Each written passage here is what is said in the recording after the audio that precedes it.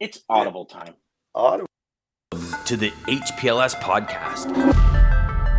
Live, relevant, and high performance information, conversations, and education weekly.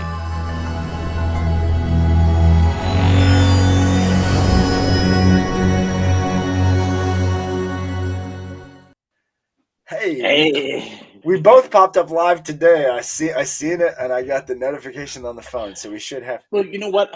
I saw you pop up live yesterday. Yeah. So I'm just wondering if because sometimes the algorithms, right? They like, Yeah. I mean, when we go live, it doesn't go live to every single one of your connections or followers. Like the algorithm picks and chooses. Yeah, it's whoever's clicking on it and viewing it. Yeah.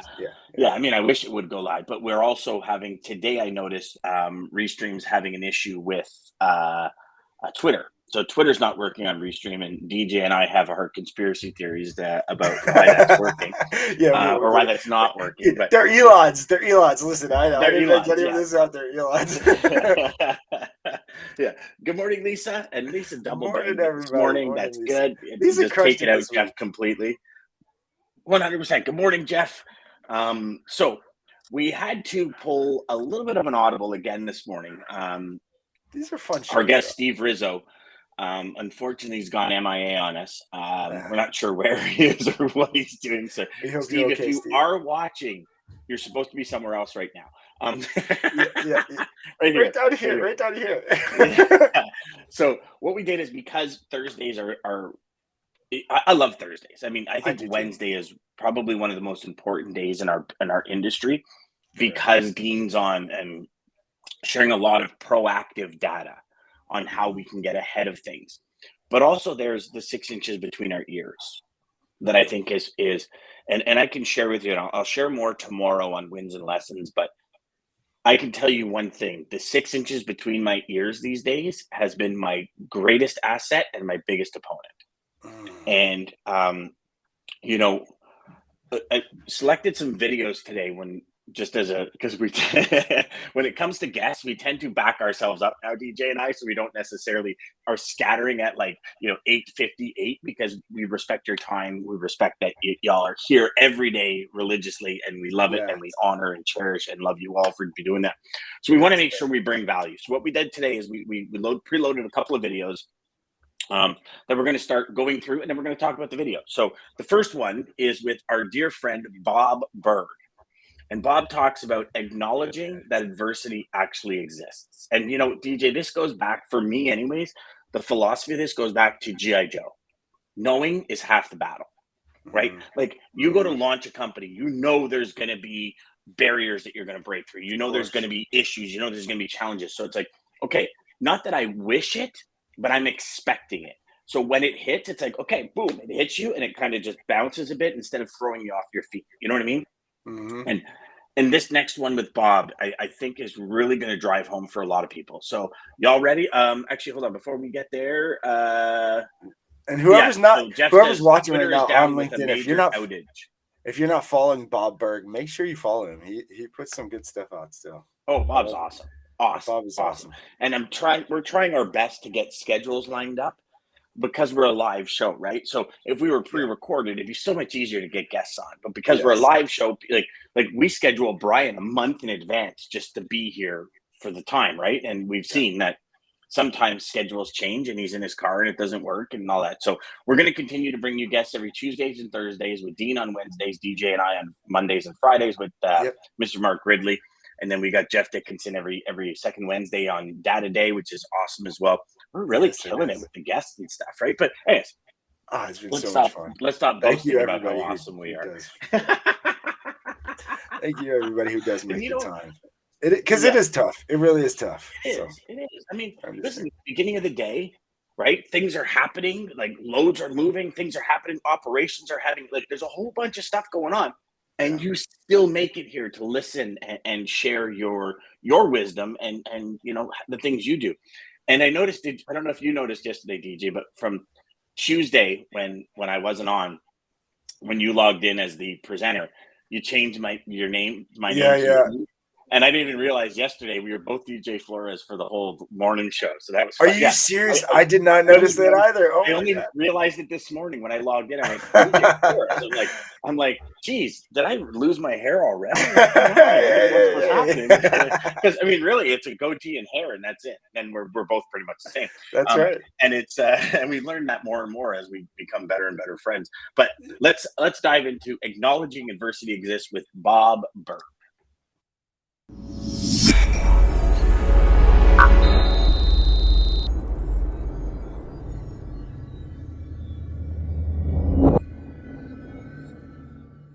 Adversities seem to come, you know how the big thing is, you know, it happens in threes. Adversities, I mean, even for myself, they seem to come in like 5 or 6s when you're really, you know, oh, okay, I understand that, but I now know why that's happened because of this. Mm-hmm. Well, I think that's the thing, and they do seem to come together, and a lot of times it's only because when we're going through something that's difficult, we're maybe not in as strong a position as we normally would be, and so things happen that, you know, that seem to then compound it even more. So, you know, I'm not one to wax too philosophical about it. I think it's the type of thing where when these happen, we, again, as you said it very well, you've got to live in reality and acknowledge that it's there. Burying our heads in the sand, hoping that it, you know, if we don't look at it, it will go away, doesn't work. So we need to acknowledge it and then plan on how to overcome it and then do the thing we need to do. Okay, so I mean, very short, but to the point. And did y'all see how many books Bob's got in the background there? Did y'all see that? Because immediately when he started talking, I'm like, man, this man's got a lot of books. Like, I mean, books stacked on top of books on top of books. And Yes. you know, readers. Yeah, I mean, but talking about adversity, DJ, right? We all face adversity. There's adversity in growth. There's adversity in stagnation. There's adversity even when we choose not to make sales calls. There's adversity that comes with it, right? Yeah, and I truly believe, and I'd love your take on it. And all y'all watching and listening, what's your take on it? Where does adversity play? You see, I find the more adversity I face, the better I get. And whether that be wisdom, spirituality, like understanding that, okay, I'm facing this huge adversity, but I can't let it break my spirit. I can bend but not break, as Marcus Ogden often talks about.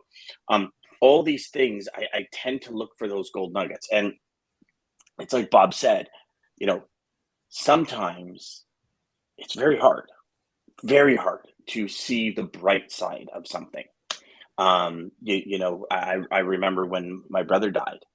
It was like, what's the bright side of this? And how could there ever be a bright side, right? And it's like, and you have to dig deep to find happiness in challenge. And, you know, it's going to be a big conversation tomorrow, but wanted to kind of preset the tone, if you will, with the fact that, you know, one thing Bob said is acknowledge it, figure out a plan to overcome it, and work the plan, pretty much. But often adversity becomes paralyzing.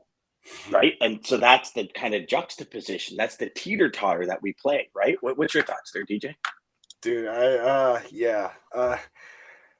So adversity to me, yeah, is one of those things where this giant training program is amazing, but you know, they break down in inhibitor and prohibition, and is whatever adversity we're running into. And I think even before getting into this, I think what I started to notice anytime I felt like something was against me, I mean, that's usually what adversity feels like. Something is pushing against you.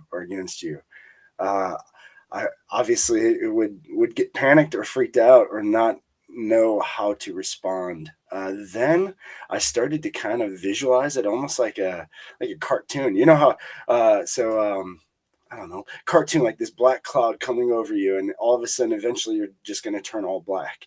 But I think like adversity is like this like area Venom? that you, what's that? Like Venom? Yeah, basically. I'd be cool with that. I'd be cool with that. Yes. If it takes over you completely, you're Venom. You go from Spider-Man to, that is a great example, actually. And so you go from Spider-Man to Venom. And I think like that blackness we can either get stuck there and live there and become Venom, or we got to swim like hell, figure out in that black cloud what we're supposed to find, and find that, because it's there for a reason. It's trying to fix something with us. It's trying to teach us something. I don't think adversity ever comes at us for any other reason than to teach us. There's something we're missing that we need to figure out. And that's where I just used it as, in my head, it's like that. Like, okay, this sucks, whatever the hell is going on right now, but I need to figure out why, and fast, so that this black cloud disappears. And that's, I guess, I don't know. I love that you said that, because I've often seen adversity as, what's the lesson?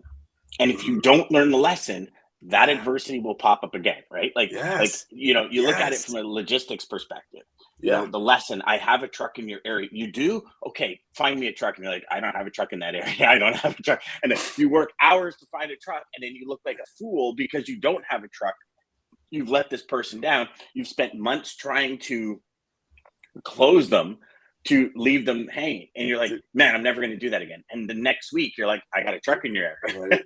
Right? Exactly. I mean, you didn't learn a damn thing. it's kind of a lame down version of adversity, but it's the same thing, right? You're setting yourself up for that challenge to give yourself more issues. And, we got a ton of comments coming in, but just share this quickly.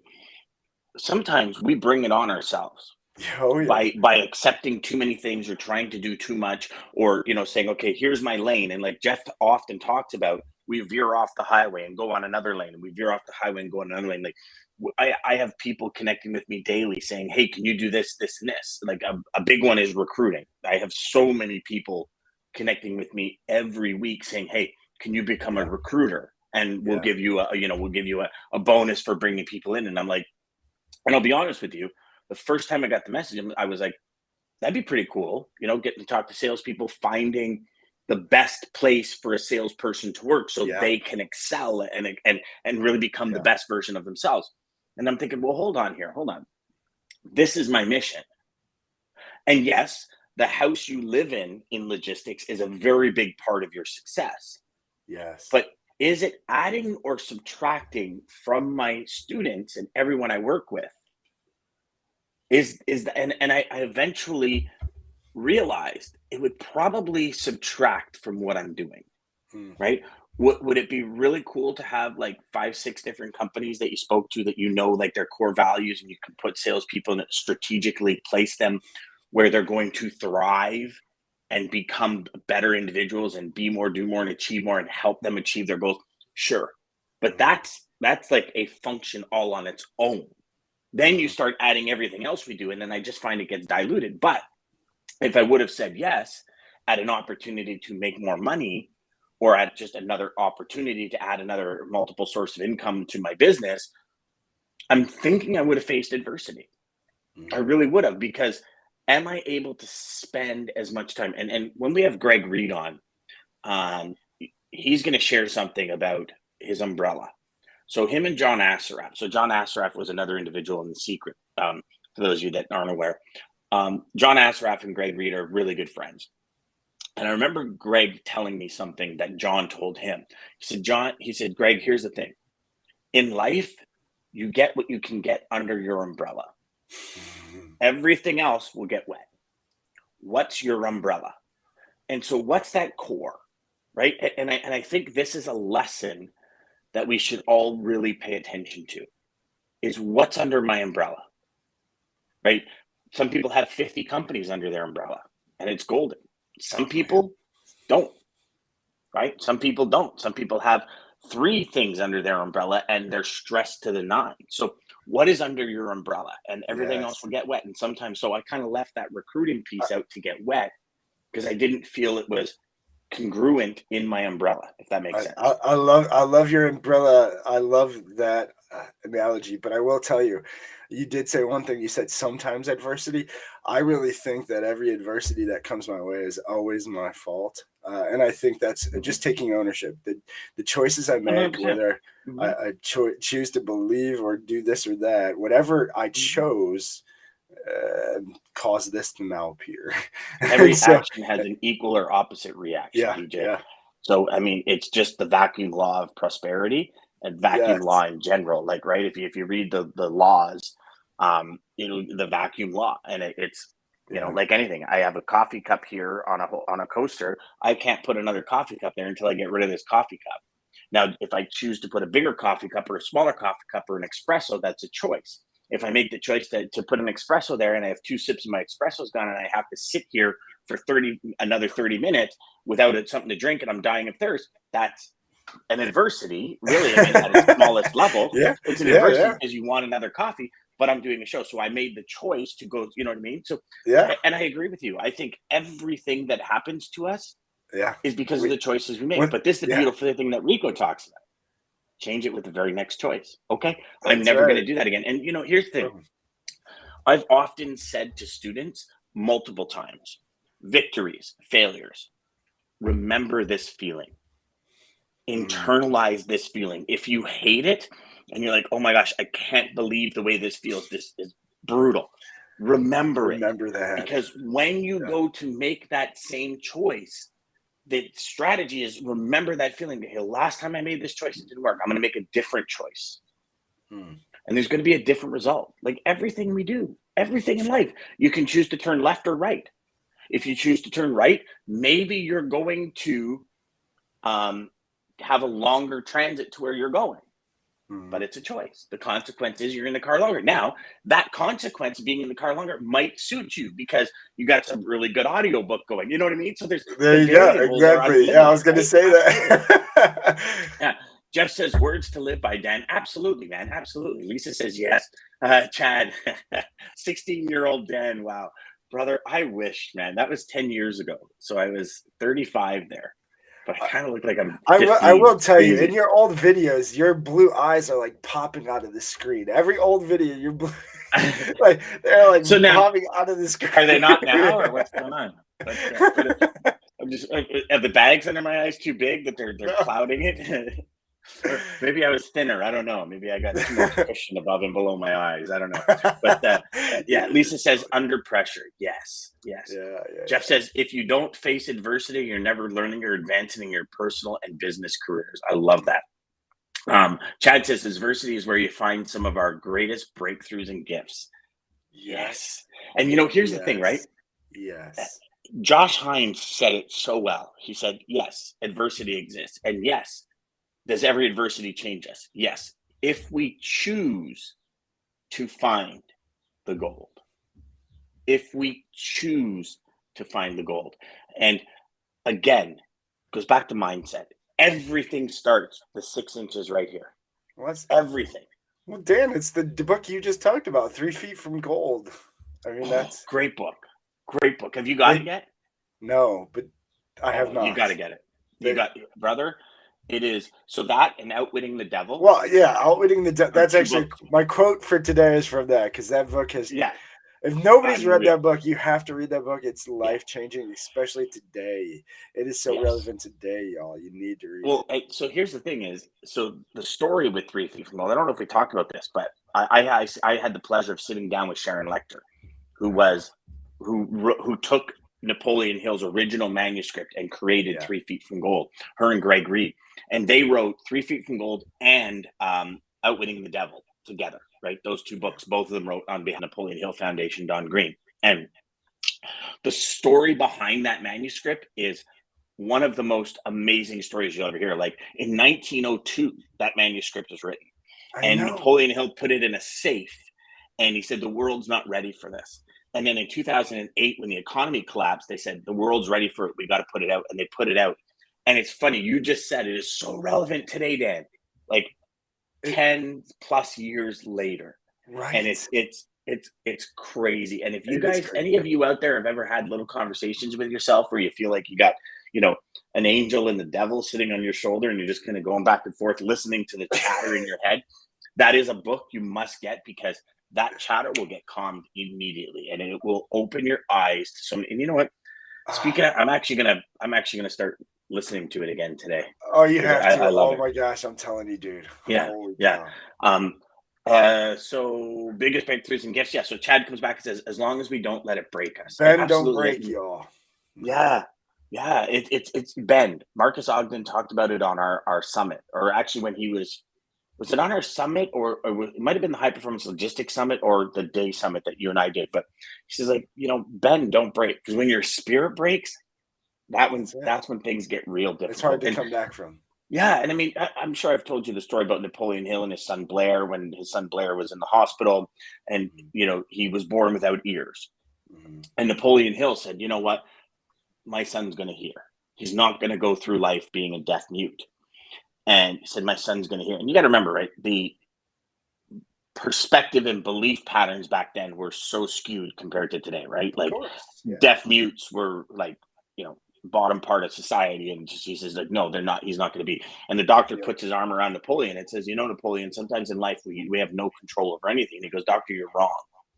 I have control over everything in life, even if it's as simple as not letting the challenge or adversity break my spirit." Mm-hmm. And that for me is one of the most profound things anyone could have said. And I have thousands of personal development books. I've read a book a week for the last I've read so many years. damn books. With that book, let me tell you, woo, that book is crazy. So. Yeah. Jeff says, face adversity with open arms and welcome it. You'll be happy you did, as it will become stronger on the other side and wiser because of it. So I've got a story about that, Jeff. When I first started podcasting, I had the opportunity to work with Voice America. And Voice America is was at that point the leading online radio show. And so I created a podcast called The Adversity Connection. And what I decided to do was exactly what Jeff said: talk about hitting adversity with open arms and how it does that. The first month was awesome. Then all of a sudden, and this is unreal how the universe gives you what you want. Because I must have been telling the universe, I love adversity. Because I was talking about it. I said, you know what? I got no problem with adversity. Bring it on. I'll conquer it every time. Then all of a sudden, one thing after another, after another, after another. And it was like a snowball coming down Everest at me. And I remember looking at it one day, and I was actually talking to Rico Rakoski, and I said, "Rico, I have no fucking clue what's going on here. Like, every time I turn around, I'm getting hit and punched by Tyson over and over and over and over again. And I'm like, I'm about to fall." And he goes, "Dan, all you do all day is talk about adversity. Why would you not think it would come into your life?" And I went, "What?" He goes, "You're making a choice to bring adversity into your life." And I went, "No, it can't be that simple." He goes, "Brother, I love you. It is." I changed the show. Yeah, I changed the show to Little Conversations today. How the conversations in our head can make us better or worse depending on what we do about it. And I know this might everything changed super overnight, DJ. Overnight. And I mean, it blew my mind. Everything changed. Opportunities started coming in. Big deals started coming in. Like, literally within 24 hours of calling Voice America, changing it, changing all the intros and everything. You guys can go. If you guys go Little Conversations Today, Voice America Radio, you will hear all of the conversations. And it was like, I was blown away. And it was, it's like most things, right? We understand conceptually what we read in books, but until we actually hit it on the head, we don't really believe it. It's because we overcomplicate what really is as easy as it says. I mean, Trevor Moad's book, It Takes What It Takes, talking about neutral thinking. He says, and I believe this. Again, you have to believe. If you don't believe this, then it's not going to work. But if you believe, it will. But I believe what he says. Our negative thought in our head, so never spoken, is 10 times more, 7 to 10 times more likely to happen than a positive thought. When we speak it, 10 times more likely that it could happen. So if what we're positively thinking only has a one-time chance, and when we speak it 10 times, but negative has 40 to 70 times more chance, what do you think is going to happen if we're constantly talking about negative shit, listening to negative shit? Like, people just have to remove negative. Whatever is negative, get rid of it. Well, and they have to be very intentional and aware as to what they Yes. say, right? Like Yes. you ask most people, what is your biggest dream in life? Well, I don't want this. I don't want that. It's like, no, I asked you what your biggest dream was. Because once you verbalize it, the universe doesn't understand do and don't. It just understands what it is.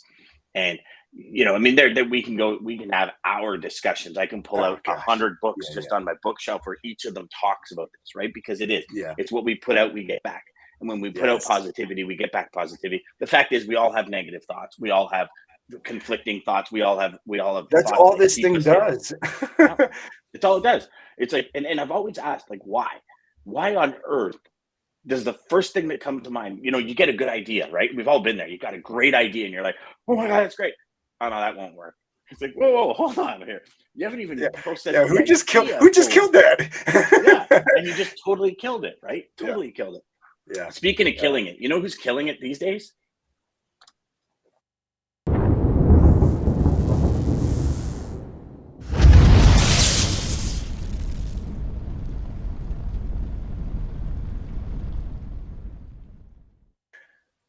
Was that a good transition? I lost track of time, so it was on you. I know. I was actually surprised. I'm like, DJ hasn't sent me something 10 minutes ago. Going, dude, lane of the day. Stop talking. Lane of the day. So today's lane of the day is a reefer lane, Del Rio, Texas to Nashville, Tennessee. Line haul rate per mile $2.75. All in rate per mile, including fuel surcharge, is $3.53. The contracted rate, including fuel, is $3.31. So we're running in that 23-cent range. Where we're higher on the spot market than we were actually in contracted rates, which is actually flipping a little bit considering all the lanes that we talked about over the last little bit. The year-over-year spot line haul rate per mile change is down 4 cents, which is very interesting considering how prices have been plummeting in the spot market. So your spot market on this lane, Del Rio, Texas, and Nashville, Tennessee, that lane's staying high. Crazy, isn't it? Like really odd that the contracted rate is still so much lower than the spot rates, and it's only a 4 cent year-over-year shift. So line haul rates are trending up after declining about 73 cents since March. Watermelon harvests are increasing in this region 20 cents higher than the June average. So that's why. Yeah, watermelons. Watermelons, Yeah, watermelons. I should have probably read that before I went. That's interesting because then it becomes non-interesting because it makes sense. Makes a lot of sense. You know what I'm saying? Thank you, Dad. Thank you for the lane. Yes, thank you so much. So we got we got a choice to make here, DJ. We could probably go through the comments. I'm thinking probably the comments before we head off because we put another video out. I think we're going to be here for another 25 minutes. I agree. And then maybe we'll save one of the videos for tomorrow. But Lisa says, the choice is ours to make. It's all a mindset. I love that. It's always yours. It's always yours. Just like the moon, you shine in darkness. I like that, Maggie. Man, she's a poet. I love it. I love it. The confusion. Yes, the confusion. Right? Like, unfortunately, our head just the confusion and our perspective. If there's something again, maybe I just believe too much, but I just buy into these thoughts that people say and it makes sense. So I'm like, okay, I like it. But the brain, if you think of it this way, again, going back Neanderthals, caveman days, the brain was just there to protect us. So it seems like it's negative, but because it's always just trying to protect us. What's the worst thing that could happen? What is the worst bad thing that could happen when I'm doing that now? And it's just trying to protect us. Although it's always just looking for negative outcomes. So if you think of that, well, and here's the thing, DJ, and this is where I get really confused on this because I've read that many times before. Yeah. But would you not think there would be an adaptation? How long ago Neanderthals, like how long has it been since a wild boar has attacked you while you're sitting in your backyard? So you would think that, but I would. Why do we keep having the same cycles that we keep having? Know, brother. You know what I'm saying? You know what we should do? We should actually, I'm going to see if I can connect with Bruce Lipton. See if he'll come on the show. Because I bet my God, that would be amazing. I will try to because that guy is amazing. Yeah. Yeah, let me. I'm going to start doing some of that to get some heavy hitters on here and help us out Oh, that would be Thursdays. so much fun. Yeah, I think that'd be good. If adversity does not hit you and you haven't lived through it, you won't know what to do when it hits you. It's not about negativity, but it's the power of positivity to overcome whatever it is. Yeah, I like Yes, that. yes. I And if like you're that. not hitting enough adversity, you're not taking enough risk. If you're a high achiever, you don't want it, don't do it. But Mhm. Well, and here's the thing. So it's a state of mind that you have to put yourself in 100%. And here's the thing. Everybody wants more. Everybody wants a multi-million dollar business. Everybody wants a good life. I don't think anyone wakes up in the morning and goes, I can't wait to deal with bullshit today. I can't wait to live at my lowest self today. I can't yes, wait to do absolutely nothing and accomplish nothing today. I think we all wake up with a desire. The question is, are you going to do what's needed when it's needed to get done what needs to get done? And this is where adversity, procrastination, and all these other things come into play. Sure, it would be a hell of a lot easier to sit down today and binge watch Netflix. Right, I'm in the middle of Billions series. I'm in the middle of the new season of great show. Animal Kingdom. You know, Billions is Billions is yeah, it's actually pretty cool. I mean, sure, can I sit down and watch that all day long, and probably for the next 3 weeks not have a real impact on my life? Sure, but the next 6 months after that will be massively what's the impacted. adversity you're dealing with after? Yeah, Well, and that's the whole thing, right? So, yeah. like, and trust me, I've spoken to thousands of salespeople. What's your goal? I want to be the best salesperson on the planet. Okay, what are you willing? Okay, here's the program. Here's what the dedication is. Here's what the standard is. Here's what the coaching program is. I'll get you there in 12 months, but this is what you need to do. And I lay it out for students. Like, this is how much time a week you're going to need. This is what you need. Crickets, they disappear. Because it's like, oh, you mean it's not just a Staples easy button? I can't just make 3 phone calls and be doing $1 million in GP. It's like, no. Yeah. And not only that, you need to skill up, you need to level up, you need to learn and develop into the person that can run a multi-million dollar GP business. Because that ain't you now if you're not doing it. So you have to learn. And just like everyone else, it's not like DJ, it's not like you and I were born and came out of the womb and said, man, I know everything I need to know about a multi-million dollar business. No. I'm in 4 different programs right now. There's so much I still am soaking up. I just watching Robert Kiyosaki. I mean, this guy created this game, Cash Flow. He is, I forget who he had on the show with him, but he said Robert Kiyosaki still today is reading book after book after. He's just a sponge of books. Guy, it's when you have this quest for knowledge. Yeah, well, and that's where we both align very well. It's this, we know there's so much knowledge out there, and I just want to. But again, it's not just the knowledge, right, DJ? How many times on the show Well, have we no, said the of course, application yes. of information? Like, do something. You You want to have be to the apply best it, of in your course. field? Yes. Do it. You can't just soak it in. Exactly. But there's so much stop out there. laying back. We'll never know. Yeah. No. I mean, I believe, and I truly believe, everyone, no matter where you are in life right now, you have 10 or 20 rungs higher that you can go. Yes. I don't care if you're doing a $4 million a year, you can do 8. No matter what. And it's just that perspective, that belief pattern. There's a great book, the new Psycho-Cybernetics. So Psycho-Cybernetics was written by Maxwell Maltz, and it talks about your self-image, and we can never live beyond what our self-image is. So here's the thing. If y'all want a book that's really good, I mean, it's deep, and it's a listen where you got to really listen. You can't let your mind wander. Like, is a coffee maker on? But it's like you got to be in it. But Maxwell Maltz's book, Psycho-Cybernetics, is one of the best books that has ever been written on understanding the 6 inches between our ears and how it reflects in our life, right? Like, we think about it. You first came into the business, $5,000 a month was like, holy crap. I'm not even doing $5 a week, and I got to do $5,000 a month. I got to do, $1,500 or $1,000, $1,250 a week. I'm doing $3 a week. Yeah. And then you get to $5,000, and somebody says, "Well, do 50," and you're like, "Whoa, that's $45,000 a month more than what I'm doing right now. That's like $10,000, $12,500 a week more than I'm doing right now." Then you get to $50,000, and then once you get there, it's like, okay, this scalable is easy. So that doesn't become the adversity. What becomes the adversity is starting to manage a team of non-like-minded individuals, because everyone has their own personality. There's different times in the month where people have things they're doing or cranky or whatever. You know what I mean? Like there's all these different things happening. You come into seasons. I remember we had team members that hated the holiday season and they were just cranky all winter long. And it's like, okay, but as a manager, you got to deal with that. So that becomes a different kind of adversity, right? Where you're dealing with different people. So this is the education pattern that you learn into big business, right? So many people in business, they're like, I'm going to do it. I'm going to do it. It's like, no, you don't do it alone, right? Like at what point in business do you say, okay, you know what? I really need to focus on my carrier development, on my carrier, not letting carrier sales develop, but on my carrier development. Like, and that's what I mean by learning into that next step and learning into that next phase. And Jeff said it right. He says, it's still, oh, there's Joel. He says, what's up, guys? And he says, it's a great book. Joe? Yeah, totally. It's an amazing book. Yeah. And he's talking about psycho-cybernetics. What an amazing book.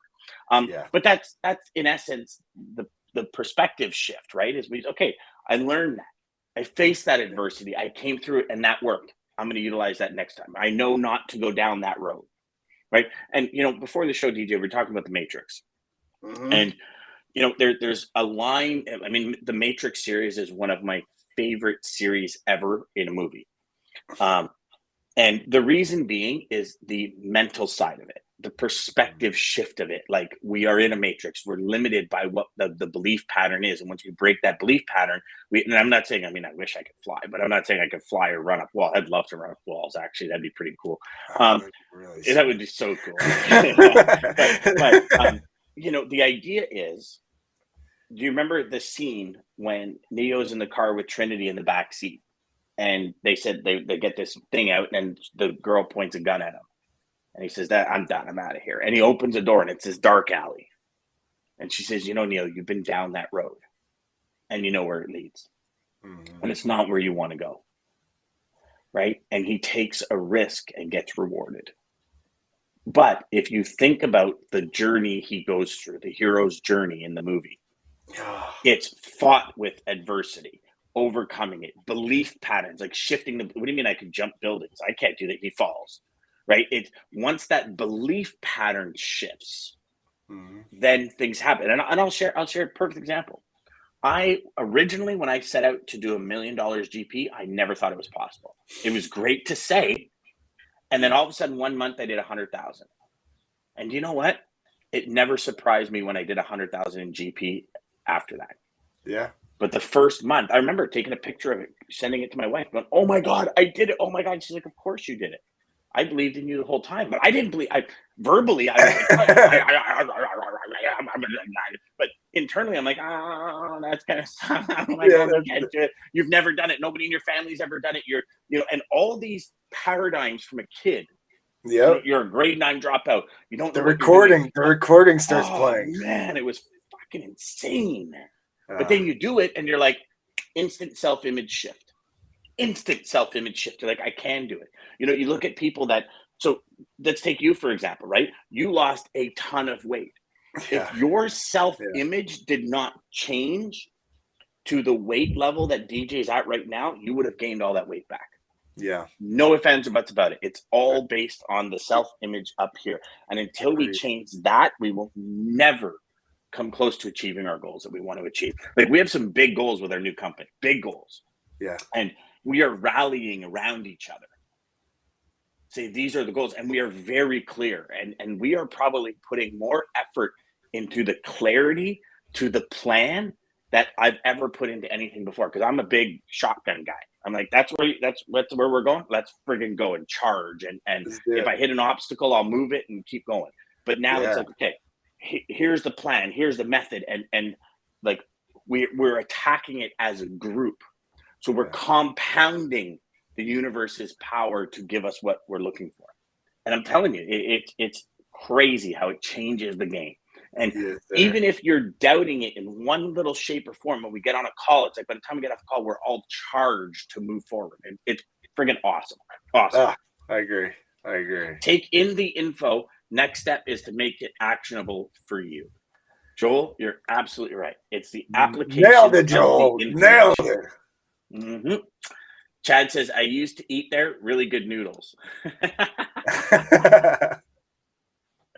So, All right, let's take us out. Matrix, yes, the Matrix. Yeah, really. It I is used the to eat there. Matrix. Oh, you know what? He's talking about when Neo was in the car.